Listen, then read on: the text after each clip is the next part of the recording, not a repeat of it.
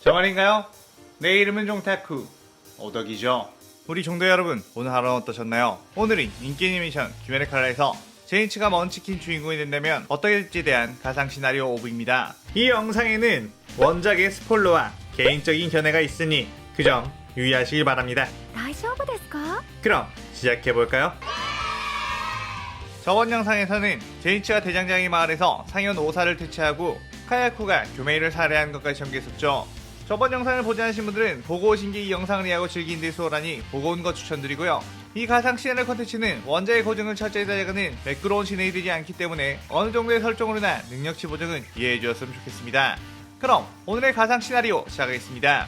제니치는 대장장이 임무 이후 다친 미치리를 병문안을 하기 위해 나비저택으로 가게 되었는데, 미치리는 환자답지 않게 와구와구 음식을 폭풍 먹방하고 있다가 제니치를 발견 후 입가에 잔뜩 음식을 묻힌 뒤 반갑게 인사를 했고, 제니치는 그런 미치를 보고 기운이 넘쳐 보이셔서 다행이네요 라고 했습니다.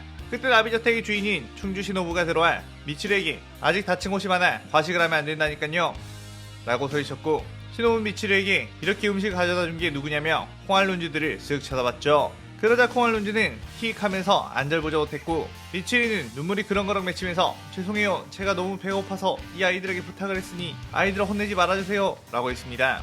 신호부는 다음부터는 그러지 말라며 병실에서 나갔는데, 미치리는 그런 신호부를 보면서 걱정스러운 표정으로 항상 상냥하게 웃으시던 신호부씨의 얼굴이 요 근래 굉장히 어두워지셨네 라고 했죠.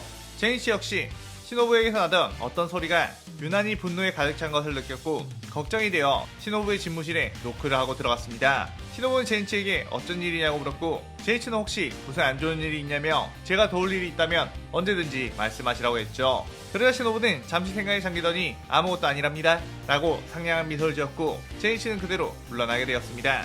그 다음날 신호부는 카나와와 함께 만세근락교를 찾아가게 되었고 몰래 뒷문으로 잠입을 하게 되었죠. 신호부에게는 전 화주였던 카나에라는 언니가 있었는데 몇 해 전 상현의 혈기로 추정되는 혈기에게 살해당했고, 신호부는 언니의 원수를 갚기 위해 지금까지 그 혈기를 찾아다녔습니다. 그리고 최근에 여자들이 사라지고 있다는 만세근락교를 주시하고 있었고, 그곳에서 수사를 하던 귀활동을 통해 혈기가 있는 것으로 판명이 되었다고 했죠. 신호부는 그의 언니의 복수를 하기 위해 만발의 준비를 갖추고 있었는데, 카나오는 그런 신호부의 의중을 읽고 함께 가겠다고 간곡히 부탁을 했습니다. 그의 신호부는 어쩔 수 없이 카나오와 함께 이곳에 오게 되었죠. 신호부와 카나오는 도마가 있는 방 쪽으로 귀를 기울였는데 그 안에서는 여자들의 신음소리가 들렸기에 곧바로 방문을 열고 들이닥쳤습니다. 그 방 안에는 사방이 피투성이었고 여자들의 시체 조각들과 도마에게 뜯어먹히고 있는 여자가 보였죠. 도마는 그들의 난임에도 당황한 기색 하나 없이 어라? 오늘은 뭔가 부족하다 싶었는데 맛있어 보이는 아가씨들이 2명이나 더 왔네? 이거 행운이군 이라고 했습니다.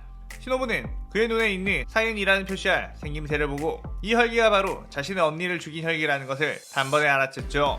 신호부와 카나오는 곧바로 벌레호흡과 고체호흡을 사용해 도마를 공격했고, 도마는 그 공격들을 여유롭게 맞아줬습니다. 카나오의 칼이 도마의 목을 베었지만 단단한 목의 강도 때문에 절반도 베어내지 못했고, 신호부의 독에 당한 도마는 잠깐 고통스러워하더니 금세 회복해버렸다며 웃었죠. 도마는 이제 내 차례인가? 라며 철부채를 휘둘러 얼음 혈기술을 날렸고, 카나오와 신호부는 그 혈기술을 겨우겨우 피하며 뒤로 물러섰습니다. 그 뒤 신호부는 빠른 몸놀림으로 다시 도마에게 접근했는데, 도마 곁에 다가가 호흡을 하자 폐가 얼어버릴 듯이 아파갔고, 도마가 휘두른 부채에 튕겨져 날아가는 걸 카나오가 붙잡아 큰 부상을 막았죠. 신호부는 저자의 주변에는 미세한 얼음들이 가득해서 접근할 수가 없어 라고 했고, 도마는 너네 검사들이 나를 절대로 이길 수 없는 이유가 이것이라며 내 주변에 있는 얼음 결정들은 너네가 호흡을 할 때마다 폐 손상을 일으킨다고 했습니다.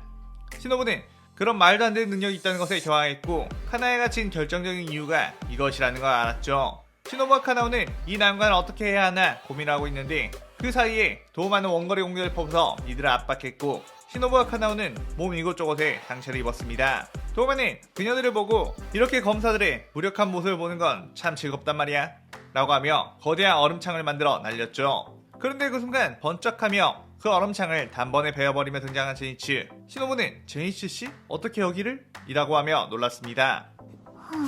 제니치는 지난번 신호부가 아무리 괜찮다고 했어도 그 목소리에는 엄청난 분노의 감정과 함께 죽음을 각오한 결의가 느껴졌기에 뭔가 자신에게 말할 수 없는 심상치 않은 일이 일어날 것 같아서 시노부와 카나오를 몰래 따라온 것이었죠. 시노부는 제이치에게 와줘서 고맙긴 하지만 저 혈기에 가까이 가서 호흡의 검술을 사용하면 폐가 얼어버리게 우리는 저자를 이길 수가 없을 수도 있다고 했습니다. 그러자 제이치는 시노부씨 걱정 마시고 저만 믿으세요 라고 했고, 시노부는 이 근거 없는 자신은 뭐지? 라고 생각했죠. 그 순간 제이치는 번개의 옵체 일령 병력 일섬을 시연했고, 도마는 여자 앞이라고 불나방처럼 뛰어드는 거냐며 웃으며 얼음 혈기술을 날렸습니다.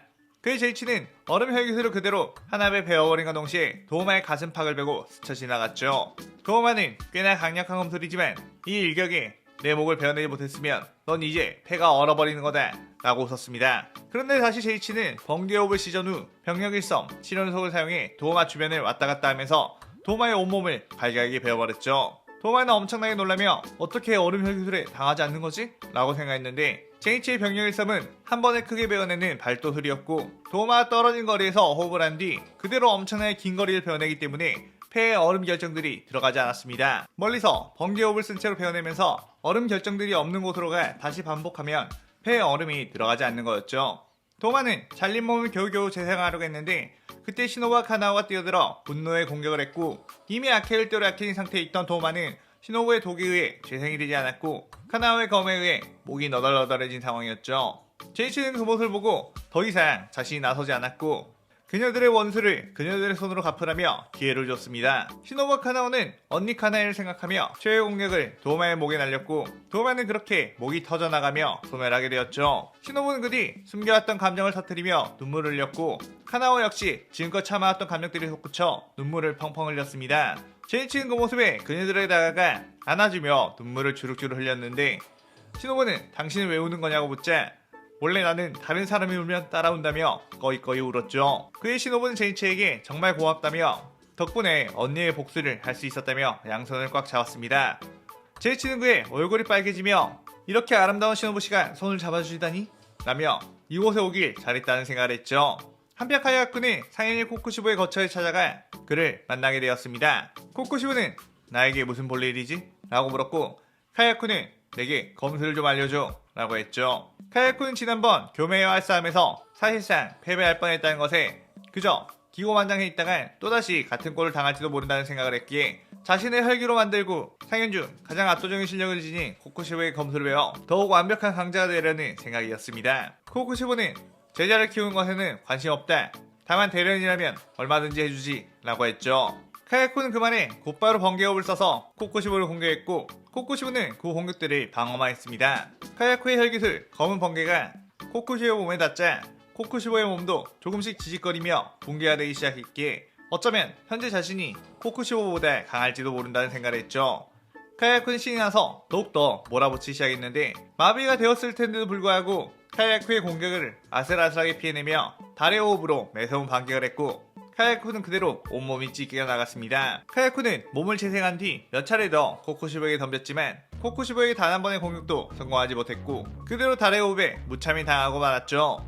카야쿠는 부들부들거리며 어째서 당신과 나는 이 정도의 차이가 나는 거냐며 비법을 알려달라고 했고, 코쿠시부는 카야쿠에게 넌 내게 보이는 이 세계를 갖지 못하면 절대로 나를 넘을 수 없다 라고 했습니다. 카야쿠는 그러고 보니 코쿠시부의 눈은 어쩐지 기묘한 분위기를 내는 듯 했고 자신의 행동을 미리 예측이라도 하는 듯 회피했기에 어떤 경지에 올랐음을 알 수 있었죠. 카야쿠는 그 경지에 오르기 위해 신경을 곤두세우며 계속해서 코쿠시부와 대련을 펼쳤고 오로지 곧 만날 제이치를 압도적으로 발라버려야겠다는 일념 하나로 투지를 불태웠습니다. 한편 시노부와 카나오는 도마의 만세근학교에 있는 지하실을 탐색하다가 어떤 거대한 철문을 발견했고 그 철문 너머에는 엄청난 기계가 느껴진다는 걸 알았죠. 그의 제이치는 그 철문에 귀를 가까이 대고 그 문 너머에 소리를 집중했는데 그곳은 아주 커다란 공간이며 수많은 혈기들의 소리가 들린다고 했습니다. 시노부는 혹시 이곳이 무장이 살고 있는 거처일지도 모른다며 우리끼리 들어가는 것보다 다른 주들을 불러 함께 들어가는 것이 좋겠다고 했죠. 그렇게 그들은 비살대에 다시 돌아왔고 모든 만발의 준비를 갖춘 뒤 다시 그 지하실로 가게 되었습니다. 무겁게 잠겨있는 철문을 음주탱행과 염주큐러가 힘을 써 열었고 그 앞에는 엄청난 규모의 건물들이 실비해 있는 장관이 펼쳐져 있었죠. 그들은 분명 이곳에 무장이 있을 거라고 확신했고 그대로 앞으로 뛰어나갔습니다. 그때 사방에서 혈기들이 인간들의 기운을 느끼고 튀어나왔고 그 그들을 공격했는데 피살티슈들은 각자의 호흡을 사용해 그 혈기들을 손쉽게 베어버렸죠. 그 소식은 곧바로 무한성에 있는 무장에 들어왔고 나키메에게 당장 코쿠시바와 카이아쿠를 이곳으로 불러들이라고 명령했습니다. 나키메는 혈기술로 곧바로 코쿠시바와 카이아쿠를 무한성으로 소환했고 카이아쿠는 비살대의 습격이라는 소식에 분명 제니치가 있을 것이고 코쿠시바와 수련의 성과를 보여주겠다며 뛰어나갔죠. 넓게 펼쳐진 무한성에서 모두가 흩어져 혈기를 대체하고 있는 상태. 수주토메오카 기후 앞에 기분 나쁜 귀위를 가진 혈기 카이아쿠가 나타났고 기후는 무표정으로 곧바로 모래호흡을 사용해 카이아쿠에게 덤벼들었습니다. 그의 카이아쿠는 온 신경을 집중한 뒤 기후의 칼날들을 아슬아슬하게 피해냈고 그대로 검을 뽑아 기후에게 휘둘렀죠. 기후는 뛰어난 반사신경으로 그 칼을 방어했지만 멀리 튕겨져 나갔고 칼자루를 쥐고 있던 손이 찌릿하고 저려움을 느꼈습니다. 카이아쿠는 하하하 보인다 나도 보이게 되었다고 라고 하며 웃었는데 기후는 그게 무슨 소린가 하며 다시 뛰어들었죠. 카이아쿠는 그의 번개호흡을 시전하며 기후와 스쳐 지나가려 했는데 그러자 기후의 무료호흡이 깨지며 가슴 쪽이 베어버렸고 검은 번개로 몸이 마비되며 쓰러졌습니다. 카이아쿠는 내비치는 세계를 통해 기후의 움직임을 예측했고 그대로 그 틈을 노려 베어낸 것이었죠. 카이아쿠는 압도적으로 줄을 이겨버렸다는 것에 자아도취에 빠지게 되었고 이젠 그 누구도 내게 상처 하나 낼 수 없다며 소리쳤습니다. 그때 번쩍하며 무언가가 카이아쿠를 스쳐 지나갔고 카이아쿠의 복부가 베어 피가 주로 흘렀죠. 카이아쿠는 이게 뭐지? 라고 하며 그쪽을 봤는데 그쪽에는 바로 제니치가 있었고 제니치는 카이아쿠를 마주한 뒤 뜨거운 분노를 내뿜고 있었습니다. 카이아쿠는 내가 너무 흥분한 나머지 내 녀석이 오는 줄도 몰랐군. 오랜만이다 제니치. 내가 그렇게 널 찾아다니느라 고생했었는데 이렇게 네가 제 발로 죽으려고 찾아왔구나 라고 씩 웃었고 제니치는 그동안 용케 나를 잘 피해 다닌 것 같다면 이젠 더 이상 도망갈 수 없을 거야 카이아쿠 라고 했죠.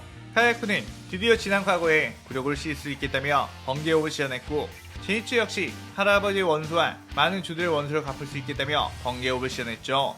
그렇게 눈 깜짝할 사이에 두 개의 번개호흡 검술이 부딪히며 주변이 통합으로 인해 먼지 폭풍이 일어났고 그렇게 이 시나리오 5부가 끝이 나게 됩니다. 제니치가 가지고 있는 특성 예쁜 여자를 좋아한다는 것을 토대로 이번 시나리오에서는 한 명의 여자 캐릭터만 엮는 것이 아닌 네지코, 미츠리, 스노부 이 세 명과 연결고리를 만들어봤어요. 다음 시나리오 6부에서는 드디어 만나게 된 제니치와 카이아쿠의 마지막 대결이자 최종 국면이 펼쳐질 테니 많은 기대 부탁드리고 오늘의 가상 시나리오에 대한 가상평도 많이 남겨주세요. 오늘 영상 즐겁게 보셨다면 구독, 좋아요, 알림 설정 누르는 거 잊지 마시고요. 그럼 오늘은 이만 사요나라.さようなら。